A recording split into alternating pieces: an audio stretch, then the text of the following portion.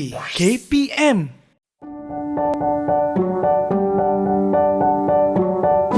Assalamualaikum dan selamat sejahtera.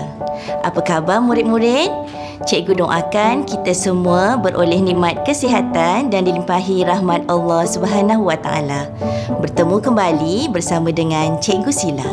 Sebelum cikgu mulakan kelas, pastikan buku teks, alat tulis, buku nota, helaian jurnal, ledger dan kalkulator ada bersama dengan murid-murid.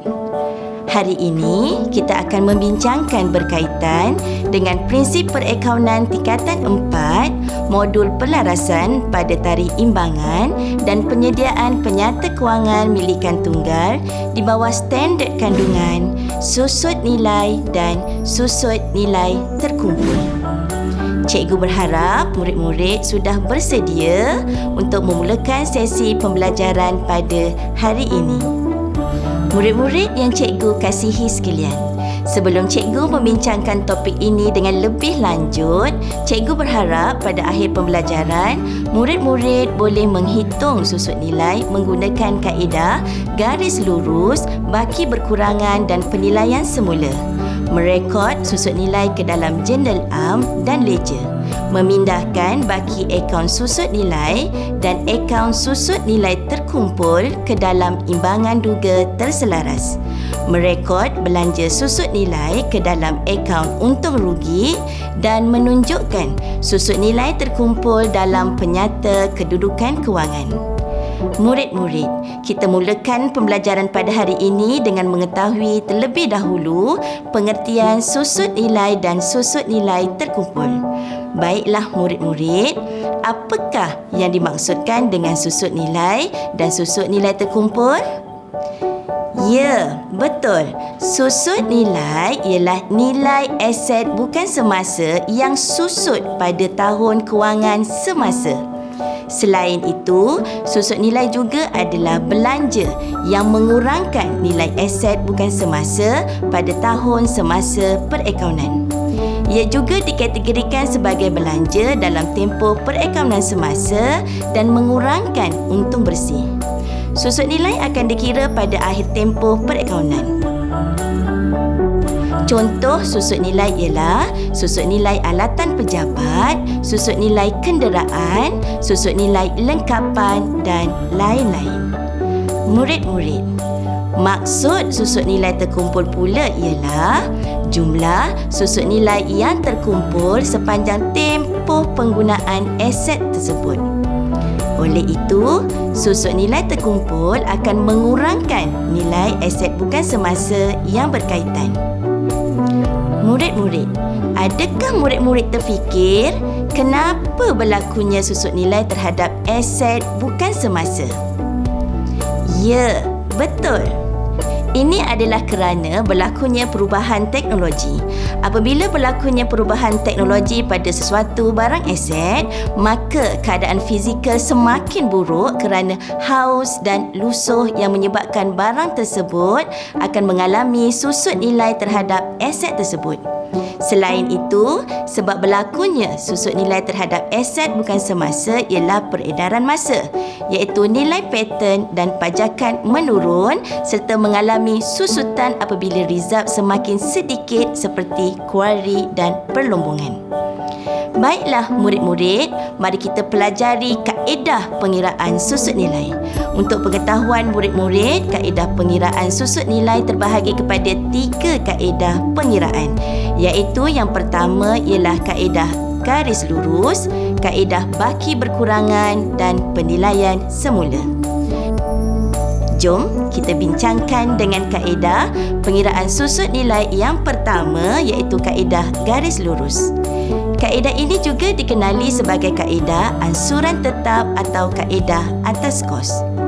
Susut nilai aset bukan semasa akan dikira pada kadar yang sama sehingga akhir tempoh penggunaan aset berkenaan.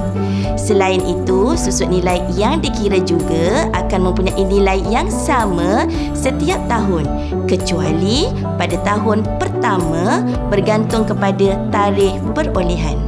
Rumus bagi pengiraan kaedah garis lurus ialah kadar susut nilai darab kos aset bukan semasa darab tempoh masa.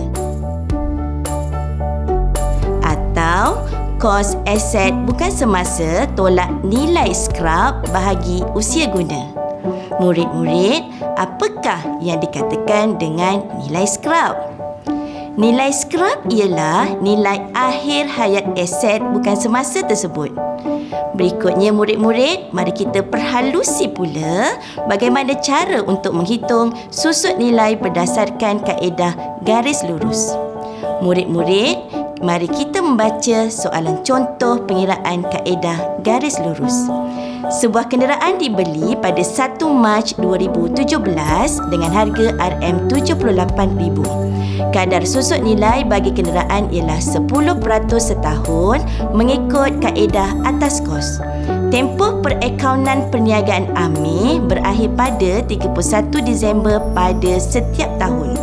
Kira susut nilai dan susut nilai terkumpul pada tahun 2017, 2018 dan 2019. Baiklah murid-murid, langkah pertama yang perlu murid-murid buat ialah dengan menulis rumus pengiraan kaedah garis lurus, iaitu kadar susut nilai darab kos aset bukan semasa darab tempoh masa. Pada tahun 2017, kadar susut nilai ialah 10%, perlu didarab dengan RM78,000 iaitu kos aset bukan semasa dan didarab dengan tempoh masa iaitu 10/12. Murid-murid, cikgu nak tanya, bagaimana kiraan untuk dapat 10 bulan tersebut? Ya, betul. Kenderaan tersebut dibeli pada 1 Mac 2017. Jadi murid-murid perlu kira bermula Mac hingga Disember ada berapa bulan? Ya, betul. 10 bulan. Jadi, susut nilai kenderaan bagi tahun 2017 ialah RM6,500. Susut nilai terkumpul kenderaan pula ialah RM6,500. Langkah seterusnya ialah mengira susut nilai bagi tahun 2018, sama seperti pengiraan pada tahun 2017, iaitu 10% darab RM78,000 darab 12/12 dan jumlahnya ialah RM7,800. Jadi, susut nilai terkumpul kenderaan tahun 2018 menjadi RM14,300, iaitu susut nilai kenderaan tahun 2017 RM6,500 tambah susut nilai kenderaan 2018 RM7,800. Langkah terakhir, murid-murid perlu mengira susut nilai pada tahun 2019. 10% darab RM78,000 darab 12/12. Kita dapat RM7,800. Samakan jawapannya dengan tahun 2018. Inilah yang dimaksudkan dengan kaedah garis lurus atau ansuran tetap atau atas kos. Setiap tahun susut nilainya sama. Oleh itu, berapakah susut nilai terkumpul kenderaan bagi tahun 2019? Jawapannya ialah RM22,100, iaitu kita tambahkan susut nilai terkumpul tahun 2018 RM14,300 tambah susut nilai tahun 2019 RM7,800. Murid-murid yang cikgu kasihi sekalian, kita beralih kepada contoh pengiraan kaedah garis lurus sekiranya terdapat nilai skrap. Hitung nilai berdasarkan maklumat di bawah. Aset bukan semasa ialah kenderaan, kos asal adalah sebanyak RM78,000.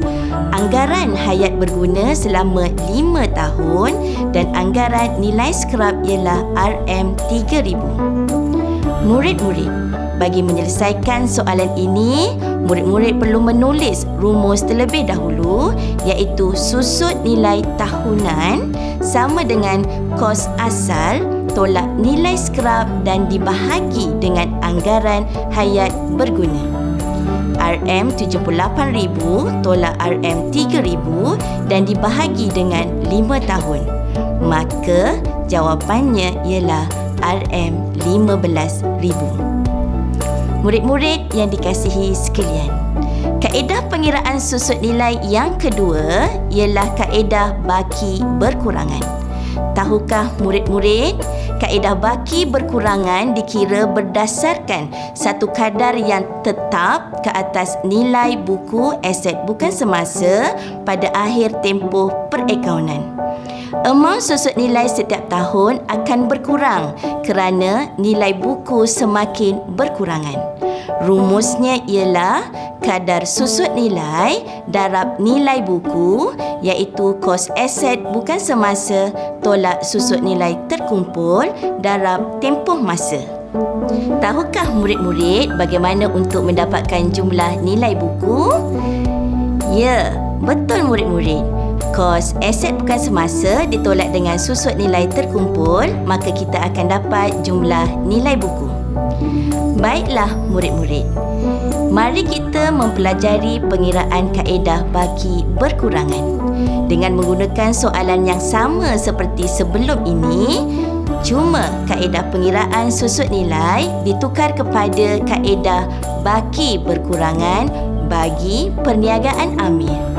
Penyelesaiannya ialah murid-murid perlu kira susut nilai pada tahun pertama, iaitu tahun 2017. Kirakan dahulu nilai buku tahun 2017, iaitu RM78,000 tolak RM0. Nilai buku tahun 2017 ialah RM78,000.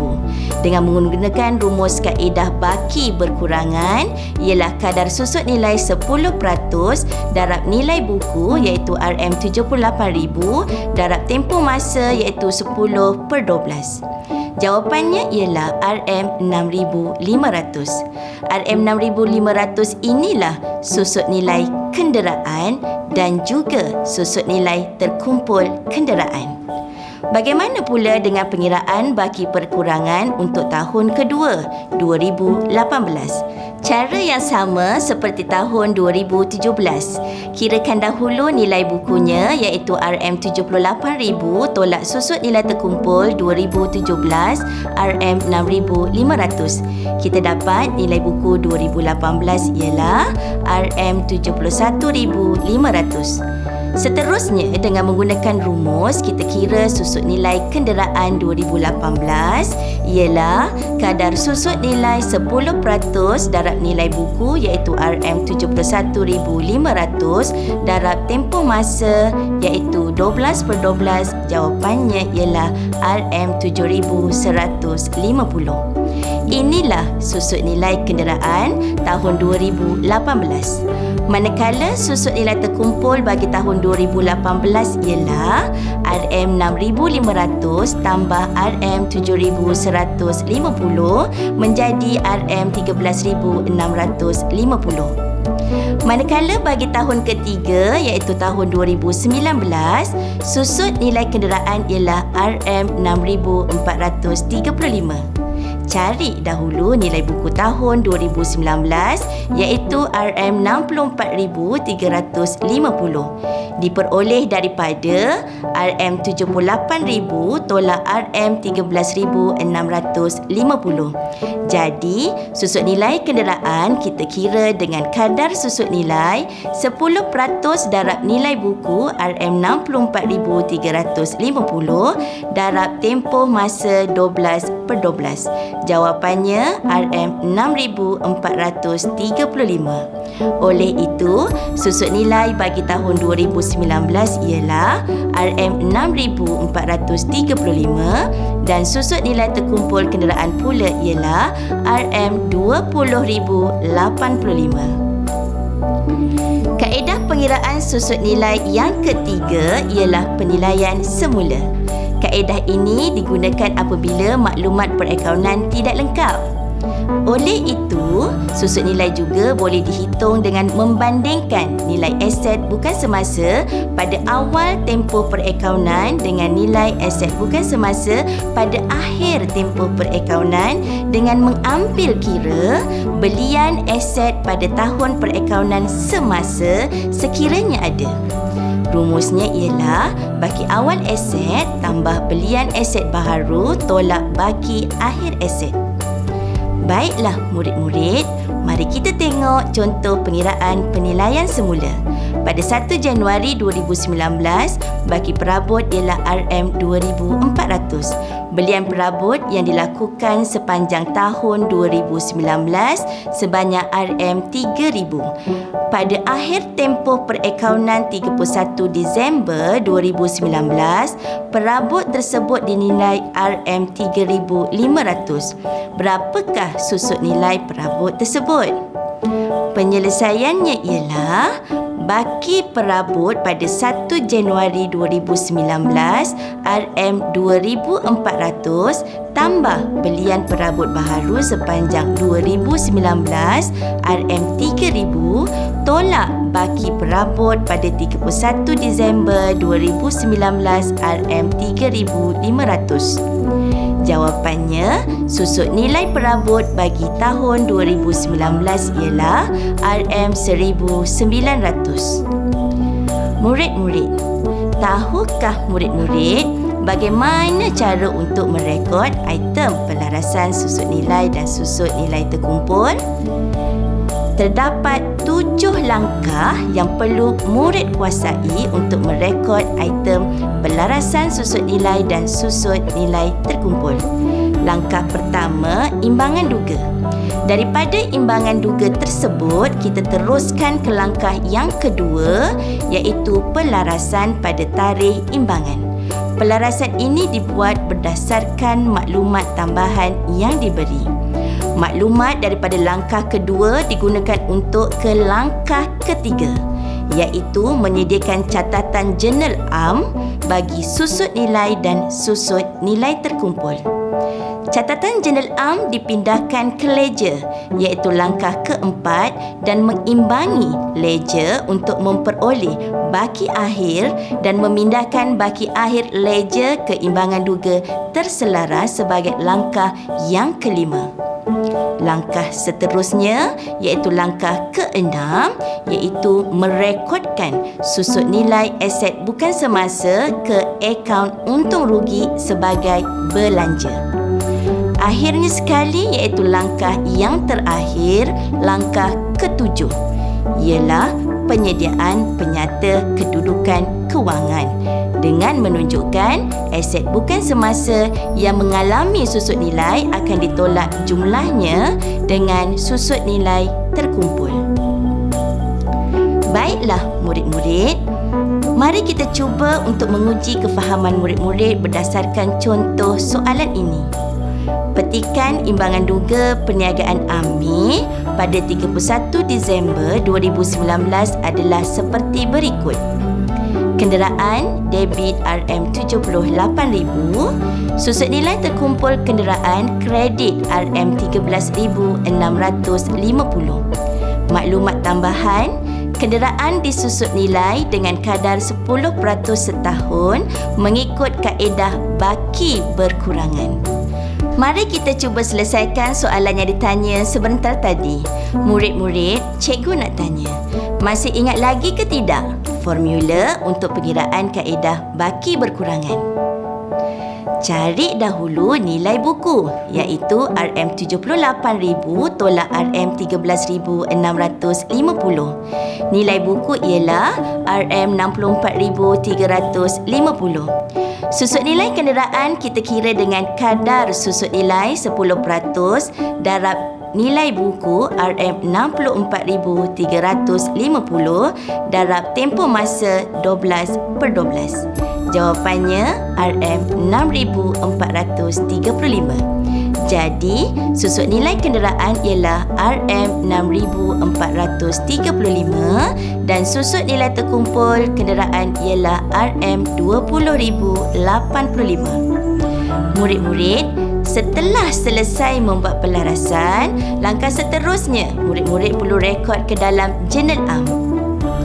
Debit susut nilai kenderaan RM6,435 dan kreditkan susut nilai terkumpul kenderaan RM6,435. Untuk pengetahuan murid-murid, dalam jurnal am kita perlu menulis keterangan bagi urus niaga yang direkodkan. Keterangan perlu direkod berdasarkan kepada soalan tersebut, iaitu merekod susut nilai kenderaan. Selepas itu kita pindahkan ke ledger pula. Dua akaun yang perlu dibuka iaitu akaun susut nilai kenderaan dan akaun susut nilai terkumpul kenderaan sebagai melengkapkan prinsip catatan bergu.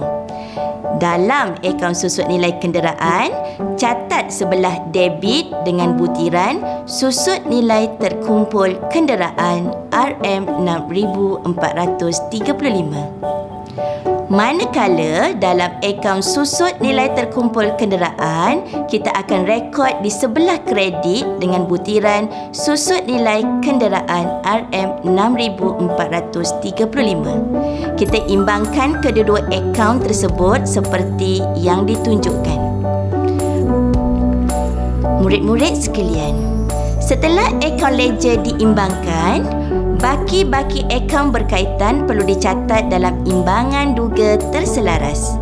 Debit susut nilai kenderaan dengan memindahkan baki HB iaitu RM6,435. Kredit susut nilai terkumpul kenderaan dengan memindahkan baki HB RM20,085. Langkah seterusnya ialah murid-murid perlu merekod item susut nilai kenderaan dalam akaun untung rugi. Untuk makluman murid-murid, akaun untung rugi boleh disediakan dalam bentuk T dan format penyata. Dalam akaun untung rugi, bentuk T akan merekod susut nilai kenderaan di sebelah debit kerana susut nilai kenderaan merupakan belanja jumlah sebanyak RM6,435. Dalam akaun untung rugi format penyata pula, kita akan merekod susut nilai kenderaan di bahagian belanja dengan jumlah sebanyak RM6,435. Langkah terakhir yang perlu murid-murid rekod ialah merekod susut nilai terkumpul dalam penyata kedudukan kewangan di bawah komponen aset bukan semasa. Kenderaan nilai kos RM78,000 tolak susut nilai terkumpul RM20,085. Nilai buku yang diperoleh ialah RM57,915. Baiklah murid-murid, selepas kita mengetahui bagaimana susut nilai dan susut nilai terkumpul dihitung dan direkodkan, sekarang kita lihat pula faktor-faktor pemilihan kaedah susut nilai, iaitu jangka masa penggunaan aset tersebut, corak penggunaan aset, manfaat yang akan diperoleh bagi perniagaan tersebut, menggunakan prinsip ketekalan supaya perbandingan antara tempoh perakaunan syarikat dan perbandingan antara syarikat dapat dibuat. Penggunaan kaedah susut nilai boleh berbeza antara satu jenis aset bukan semasa dengan satu jenis aset bukan semasa yang lain. Murid-murid yang dikasihi sekalian, terdapat kesan penggunaan kaedah penentuan susut nilai yang berlainan akan memberi kesan terhadap untung sesebuah perniagaan. Di bawah kaedah garis lurus, belanja susut nilai dan untung bersih adalah sama setiap tahun.